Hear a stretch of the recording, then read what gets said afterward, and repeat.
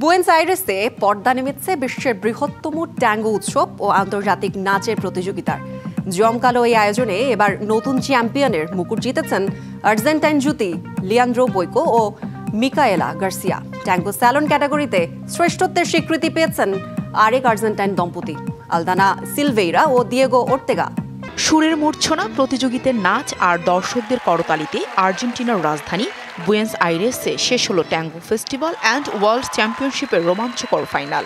রঙিন এই আসরে এবছর নতুন চ্যাম্পিয়ন আর্জেন্টাইন জুটি লিয়ান্দ্রো বেইকো ও মিকায়েলা গার্সিয়া।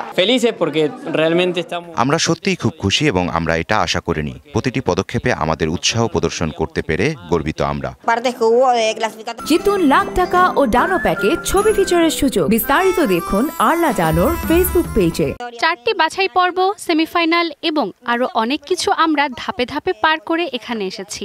আসলে আমরা সবাই খুব ভালো এবং চমৎকার নৃত্যশিল্পী।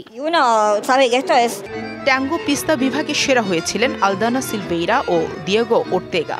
গ্র্যান্ড রেক্স থিয়েটারে অনুষ্ঠিত এই ফাইনালে অংশ নেয় আর্জেন্টিনা, কলম্বিয়া, রাশিয়া, দক্ষিণ কোরিয়া, জাপান ও ইন্দোনেশিয়ার নৃত্যশিল্পীরা।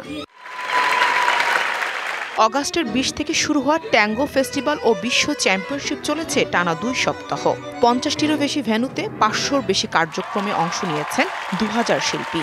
বুয়েন্স আইরেস নগর সরকারের সহায়তায় আয়োজিত এই উৎসবের লক্ষ্য বিশ্বের কাছে ট্যাঙ্গোকে সাংস্কৃতিক ঐতিহ্য হিসেবে তুলে ধরা। Nahida Rinthi, DBC news desk.